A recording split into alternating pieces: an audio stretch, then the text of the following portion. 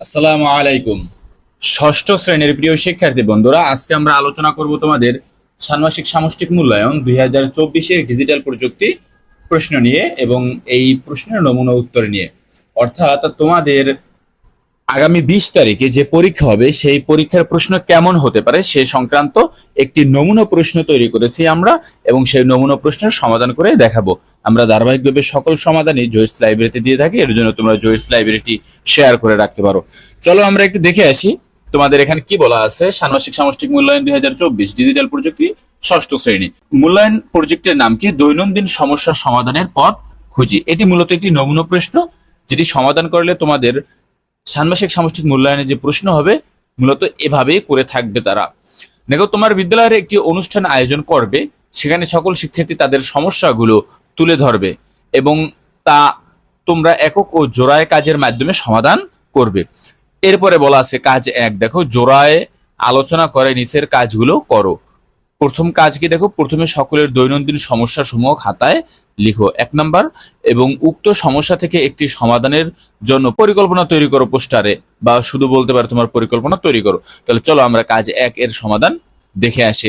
দেখো, কাজ 1 জোড়ায় কাজ, এটি মূলত তোমাদের সকলের করতে হবে। তোমরা যে সমস্যাগুলো খুঁজে পাবে সেই সমস্যাগুলো প্রত্যেকে খাতায় লিখবে। দেখো, আমাদের দৈনন্দিন জীবনে ডিজিটাল প্রযুক্তির সমস্যা সমূহ তুলে ধরা হলো। কি কি সমস্যা হয়ে থাকে ডিজিটাল প্রযুক্তির ক্ষেত্রে? তথ্য চুরি হয়, অপপ্রচার, ফিশিং, স্প্যাম, তারপর হচ্ছে ইনফরমেশন লিকেজ, ডাটা মুছে যাওয়া। এছাড়াও অনেক আমাদের কি রয়েছে বলতো, দৈনন্দিন সমস্যা রয়েছে ডিজিটাল প্রযুক্তি ব্যবহারের ক্ষেত্রে। সেগুলো যদি বলা হয় যে ব্যক্তিগত আইডি হ্যাক, তোমরা তা উল্লেখ করতে পারো। ব্যক্তিগত আইডি হ্যাক, তথ্য চুরি, তাই না? এই বিষয়গুলো তোমরা এখানে অন্তর্ভুক্ত করতে পারো, যে সমস্যাগুলো তোমরা মূলত সমাধান করতে পারোনি, বা যে সমস্যাগুলো মূলত তোমরা প্রতিনিয়ত ফেস করছো। এবারে খ নং প্রশ্ন, উক্ত সমস্যা থেকে, তাই না? আচ্ছা, দেখো, উক্ত সমস্যার মধ্যে আমরা বর্তমানে বেশি দেখা যায় কি? অপপ্রচার। তাই অপপ্রচার প্রতিরোধে আমাদের পরিকল্পনা তুলে দেওয়া হলো। অপপ্রচার কি বলতো? দেখো, অপপ্রচারের খাতসমূহ চিহ্নিত করা, অর্থাৎ অপপ্রচার হয়ে থাকে কোন কোন মাধ্যমগুলোতে, এগুলো আগে চিহ্নিত করতে হবে, বা কোন কোন ওয়েবসাইট থেকে মূলত অপপ্রচার চালিত হচ্ছে ওই বিষয়গুলো তোমাকে লক্ষ্য রাখতে হবে আগে। তোমরা যদি পোস্টারে তৈরি করো তাহলে এরকম একটা শিরোনাম দিবা, অপপ্রচারের খাতসমূহ চিহ্নিত করা। এরপরে ওই খাতসমূহ সম্পর্কে পোস্টারে লিখবে এরকম ডিজাইন করে এর মধ্যে হেডলাইন দিবা। এবার আবার ধরো এরকম একটা ডিজাইন করতে পারো তোমরা।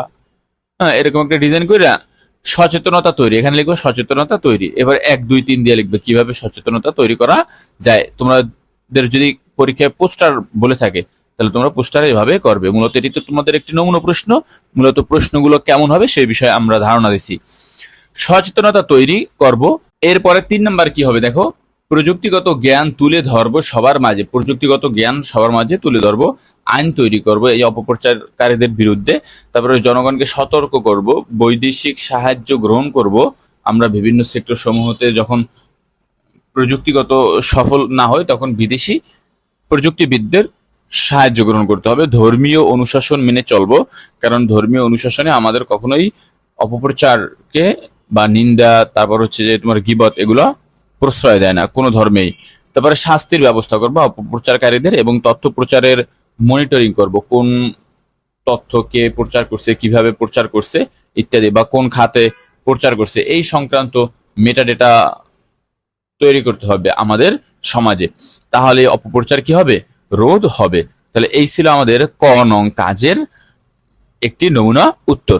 এরপরে দেখো, কাজ 2 একক কাজ, দলগত কাজে তোমার ভূমিকা কি সে বিষয়ে একটি প্রশ্ন করছে। 2টি প্রশ্ন করা আছে। তথ্য সংগ্রহে তুমি কোন পথ অনুসরণ করেছিলে? তাহলে তোমরা যে তথ্য সংগ্রহ করছো দলগতভাবে সকলের, সেখানে তোমার ভূমিকা কেমন ছিল, এমন একটা প্রশ্ন করতে পারে। তাহলে দেখো, আমরা জানি তথ্যের উৎসকে 2টি ভাগে ভাগ করা হয়, একটা মানবীয় উৎস এবং হচ্ছে একটি জড় উৎস।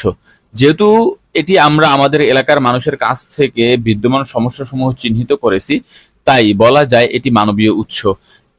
আবার এটি আমরা জরিপ ও সংবাদ আকারে প্রকাশ করতে চাই, সকলের মাঝে জানাতে চাই আমাদের এলাকায় কোন কোন তথ্য বেশি ঝুঁকিপূর্ণ রয়েছে, বা আমাদের এলাকার মানুষের কোন কোন তথ্য ঝুঁকি রয়েছে সে বিষয় সম্পর্কে। অর্থাৎ এটিকে বিশ্লেষণ করা হয়, তাই এক্ষেত্রে এটিকে আমরা প্রাথমিক উৎস হিসেবেও ব্যবহার করছি। তাহলে এই তথ্যটা তুমি অন্তর্ভুক্ত করতে পারো যে তথ্য সংগ্রহে তুমি কোন পথ অনুসরণ করছো, জ্বর উৎস না মানবীয় উৎস, প্রাথমিক উৎস না মাধ্যমিক উৎস। তাহলে তোমরা মূলত প্রাথমিক উৎস এবং মানবীয় উৎসই ব্যবহার করতে পারো, সরাসরি প্রশ্ন করার মাধ্যমে উত্তর দিবে।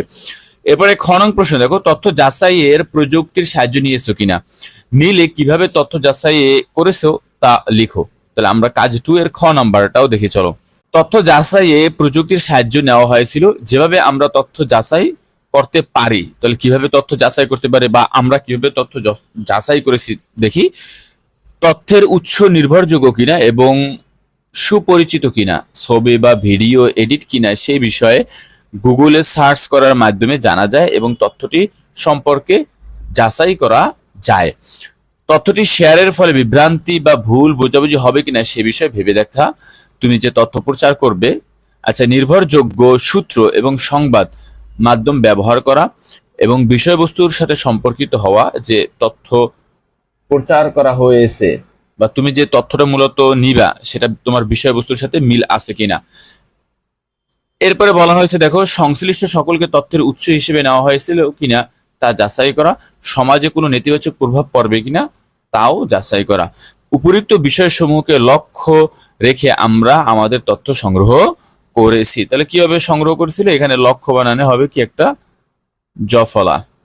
আচ্ছা, বানানটা একটু তোমরা খেয়াল করে নিও। এবার আমরা 3-এ যাই। দেখো কাজে 3, ভুল তথ্য কিভাবে সমাজে ছড়িয়ে পড়ে এবং প্রতিরোধে তোমার করণীয় কি। ভুল তথ্য কিভাবে সমাজে ছড়ায় আর সেটা প্রতিরোধে তোমার করণীয় কি, ক নাম্বার প্রশ্ন। চলো আমরা ক নং প্রশ্নের উত্তর দেখে আসি। তথ্যের সঠিকতা যাচাই করতে না পারলে তথ্য ভুলভাবে প্রচারিত হতে পারে। আবার অনেক সময় কিছু স্বার্থান্বেষী মহল ইচ্ছা করে সমাজে ভুল তথ্য প্রচার করে, যা সমাজে বিভ্রান্তি তৈরি করে, যার ফলে মানুষ প্রতারিত হয়। এই তথ্য প্রচারে তারা বিভিন্ন মাধ্যম ব্যবহার করে থাকে, যেরকম সোশ্যাল মিডিয়া, পত্রিকা, ব্যানার, মোড়ক, লিফলেট ও যোগাযোগ মাধ্যম বিভিন্ন। এরা সুসংঘবদ্ধ চক্র হয়ে কাজ করে। আচ্ছা, তাহলে দেখো কিভাবে তথ্য ভুলভাবে প্রচারিত হয় তা আমি তো এখানে বলে দিলাম। তথ্য এইভাবে ভুলভাবে প্রচারিত হয় এবং প্রতিরোধে কি করণীয়। উক্ত ভুল তথ্য প্রচার প্রতিরোধে নিম্নোক্ত পদক্ষেপ নেওয়া যেতে পারে বা গ্রহণ করা যেতে পারে। প্রথমে তথ্য যাচাই করে দেখতে হবে, তারপর বিশ্বাসযোগ্য উৎস থেকে তথ্য নেওয়া হয়েছে কিনা তা দেখতে হবে। লোভনীয় অফারে আকৃষ্ট হওয়া যাবে না। তারপরে অন্য উৎস থেকে তথ্যটি যাচাই করা, তুমি যে উৎস থেকে এই তথ্যটা নিছো এই উৎস বাদে অন্য উৎস থেকে খোঁজা, আসলে অন্য জায়গায় এরকম তথ্য প্রচার হচ্ছে কিনা। আইনি সহায়তা নেওয়া বা আইন প্রয়োগ করা এবং প্রযুক্তিগত জ্ঞান লাভ করা, যার ফলে তুমি কি তথ্য যাচাই করতে পারবে। এর জন্য প্রযুক্তিগত জ্ঞানও লাভ করতে হবে। তাহলে তুমি কিভাবে তথ্য কিভাবে ভুলভাবে প্রচারিত হয় এটাও বলা হলো এবং কিভাবে প্রতিরোধ করা যায় তাও বলা হলো। এরপরে খ নং প্রশ্ন দেখো, তথ্য ব্যবহারের সঠিকতা যাচাই শিরোনামে একটি প্রতিবেদন লিখো। মনে রাখবা তোমাদের কিন্তু এই প্রতিবেদনটা আসবে এইরকম। প্রতিবেদন তৈরি, খ নম্বরে প্রতিবেদনের শিরোনাম তথ্য ব্যবহারের সঠিকতা যাচাই। তৈরির সময় 20 জুলাই, তোমাদের এটি 20 তারিখ পরীক্ষা হবে। প্রতিবেদনের সময় ধরো সকাল 11টায় তোমরা শুরু করবা।